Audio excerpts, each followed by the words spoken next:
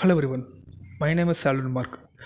So today I'm gonna take a seminar on the topic poetry from poetry.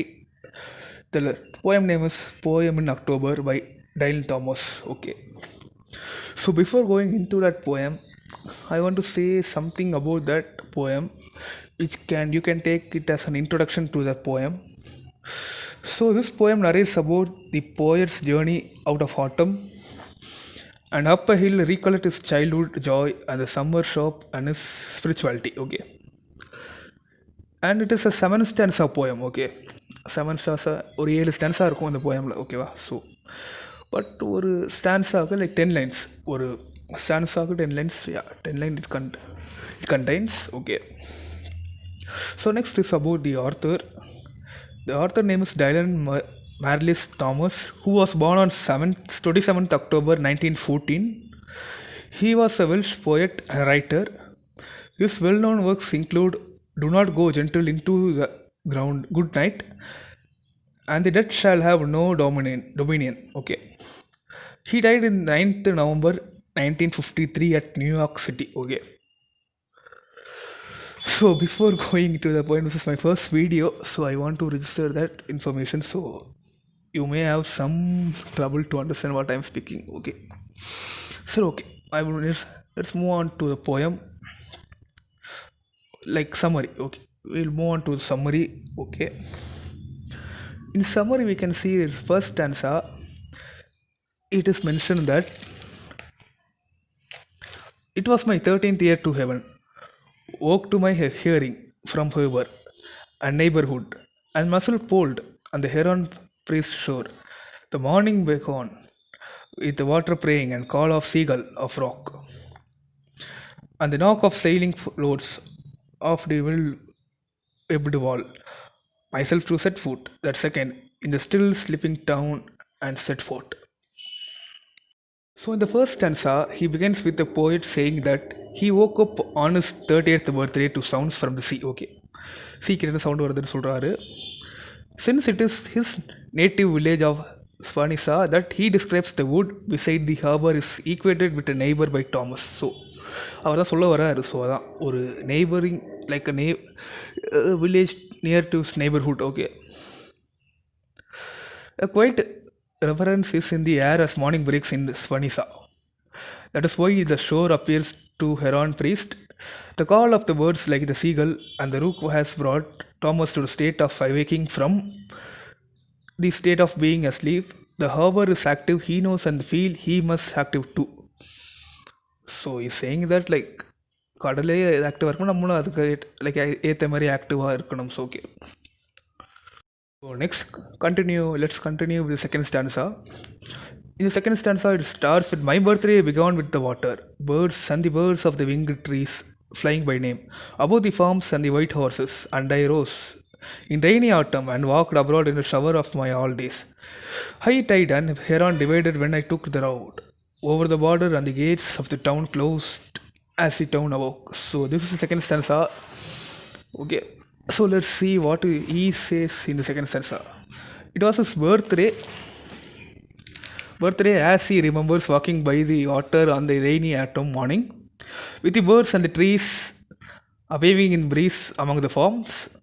He walked in the rain and watched the heron diving into the sea, and he took the road out of town just as the town was beginning to wake up. So like he mentions like he was there before everything, like his birthday like begins with water. So but your common thing you have noticed, I think so, the rhyming scheme. There is no particular rhyming scheme in this poem, but except the third stanza where some rhyming words are there. So this is an additional information which we can get from this poem. Okay, let's continue with the third stanza. Like in the stanza some rhyming words are there. Okay, you can notice that. A spring full of rocks is a rolling cloud and the roadside bushes framing with whistling, blackbirds and the sun of October summery on the shoulder. Here we found climbers and sweet singers suddenly. Come in the morning where I wanted and listened. Okay, to the rain ringing, wind flow cloud in the wood are way under me. So in this stanza you can see some rhyming words like rolling, whistling, October shoulder, like yeah, some kind of rhyming words he used, but there's no particular rhyming scheme in this for this poem.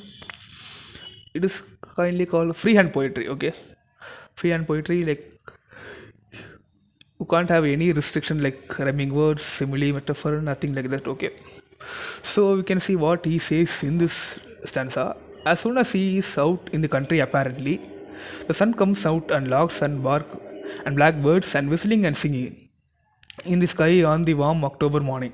This was a situation when he went out the morning for a walk in the rain where the wind blow cloudy in forest before. So in this stanza he just mentions about how the experience was like, and he to strengthen his words he adds some rhyming words to this. So okay, we have seen the third stanza. So let's continue with the fourth stanza. In the fourth stanza, it is said that Pole rain over the dwindling harbour, and over the sea with church the size of snail, when it turns trout, mist and castle. Brown as owls, but all the gardens of spring and summers were blowing in the tails. Beyond the border and the lark full cloud, there could I marvel, my birthday away, but the weather burned around. Okay. So from this stanza, he just says that as he went up to the hill, he watches the rain over the harbour. In the distance, I saw the church. In the town, through spring and summer was blowing at the same time. Okay. Usually, it is like a summer season, I think so. Because of the sunshine and the rain, because of the singing birds, it was strange weather between summer and autumn that he spent his birthday. Okay. So this is a thing which he says in the fourth stanza. So let's move on to the fifth stanza as soon as possible. So fifth stanza it is said that it turned away from the Whittle country, and down the other air and the blue altered. Streamed again the wonder of summer with apples, pears and red currants, and I saw in the turning so clearly child's forgotten mornings when he walked with his mother through the parables of sunlight and the legends of green chapels. So okay. In this stanza, he just says that when he looks around him, he can see all the wonders of summer. He remembers all the time he has been in before as a child. Okay, he's comparing that childhood age to now when he was 30 years old.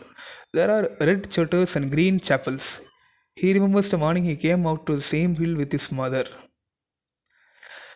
And then he mentions a point where he says, the speaker walked through the parables. Actually, he says something related to Bible. So these stories that have an underlying moral or spiritual lesson. So the spiritual lessons are connected to the Bible. Okay, they appear throughout the Bible. Yeah, from the lesson you can see is throughout the Bible and connected immediately to the green chapels in the line 10.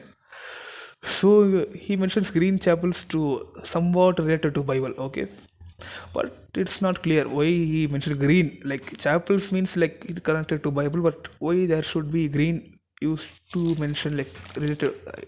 It's really confused. Okay, so let's move on to the sixth stanza. And the twice told fields of infancy that his tears brushed my cheeks and his heart moved in mine. There were the woods, the river, the sea, where a boy in the listening summertime of a red whispered the truth of his joy. To the trees and the stones and the fish in the tide, and the mystery sang alive, still in the water and singing birds. Okay. So in this stanza, he mentions that as the poem nears its end, the speaker dives into his memories. He sees himself as being so different from the boy that they are separate people. Okay. The speaker feels that the young boy's heart as distant from his own. Through this line is making clear that although he has returned to his place, the death of his past, the days of the summer, he can no longer reach. Okay, so somewhat he can't go back to those days. Like he's trying to convey that information here. So the days of summer he can no longer reach. Remind him of what he used to be and the relationship he had with the world. Okay, they are as uplifting celebrity as those who are proceeded in those times. Okay, so this is the thing which he says in the stanza 6, and finally one more stanza. If I have done that, like I will completely do my project. Okay, So the seventh stanza he says that, and there I could marvel my birthday away, but they were turned around, and the true joy of the long child sang burning in the sun. It was 13 year to heaven stood there then the summer noon. To the town below lay leavened in October blood. My heart's true still be sung on the high till in the years turning. So in this stanza, he just mentions, he says that the joy of the child will return to his in 30th in his 30th birthday, 30th birthday. He was able on his birthday to go to this place. He addressed the fact that this was again a 30th year to heaven. Like in every birthday, he like compares, like it would be like a heavenly feeling, like a heavenly feeling, like ரொம்ப பெருமை ரொம்ப சந்தோஷமா இருக்கிற மாதிரி. Okay, the speaker has left behind the autumn weather that surrounds and contains the town below. He asks in the last lines that this happiness remain on the hill, and he sung this in earth's turning, like somewhat he says ear turning something, and he finishes his poem. So conclusion part, like I want to say some my thoughts which I felt from this poem. Yeah, he wrote his poems very good, like the stanza arrangement like is very perfect, it's very good to read. But as a reader I feel bored, really bored, like it's like a usual boring poem where I used to sleep. So that's the reason I felt this poem is quite boring. As a viewer, I am just giving this opinion. But yeah, it's okay, it's okay to hear this poem, and okay. But yeah, and some points are really awesome, like he mentions Bible, like in like green chapels, even like readers couldn't understand what green is mentioning. So there's some words, when there are many interesting words in this poem, but as for a reader I am just bored. If you ask me to give ratings from 1 to 10, I will just give 4 or 3. It's my opinion, my own opinion, but you may have your own opinion. So okay. So okay, and finally, I would like to finish this video.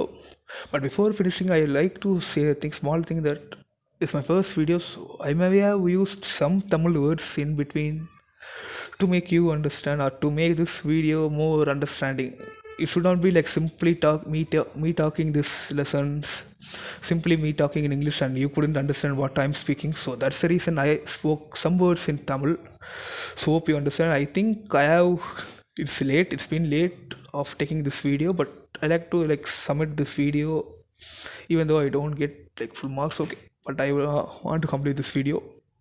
So if you like this video, yeah, like, share, comment. Yeah, I'm a YouTuber, so I used to say these things. Okay, if you like this video, like, if you subscribe. Okay, so thank you everyone for patiently hearing my stuffs. Thanks a lot. Goodbye.